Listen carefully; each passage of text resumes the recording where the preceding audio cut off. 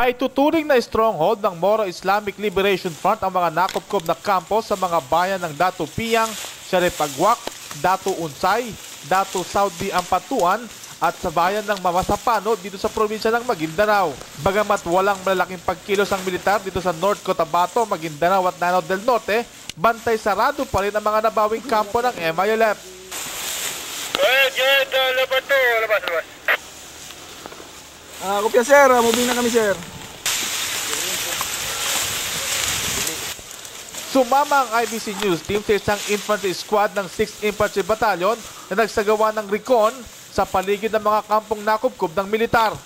Hindi porke Ramadan, stop na sa operasyon ng militar. Ngayon nagsasagawa ng recon operation ang 6th Infantry para tignan yung mga lugar kung saan posibleng may sightings ng MILF. Malimit na ginagalugod ng militar ang masusukan na lugar na ito para masiguro na walang MILF sa palibot ng kampo.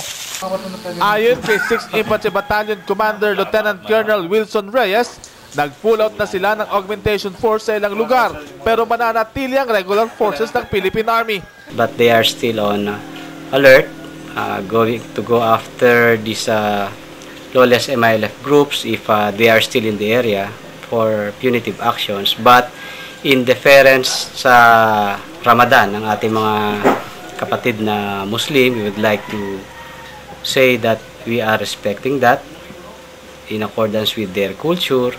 We are sensitive to their needs and to their cultural activities. Kaya ang mga sundalo, pahinga na muna sa barracks.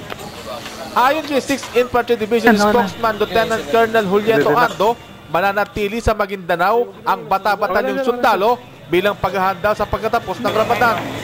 May mga ulat kasi na re-rest back ang MILF, partikular na ang grupo ni Commander Cato at Bravo pagkatapos ng Ramadan. Kaya naman naghahanda ng Department of Health at Office of Civil Defense. We have to consider also na yung mga hindi inaasahang pangyayari. Yun ang dapat pinagagayakan natin. Kaya nga yun ang kainaman ng merong contingency plan. Meron tayong mga assumption. Ano ba yung posibleng mangyari?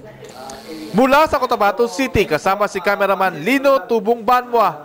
Ako, si Dave Llabanas Jr. Nagbabalita Express. I-unload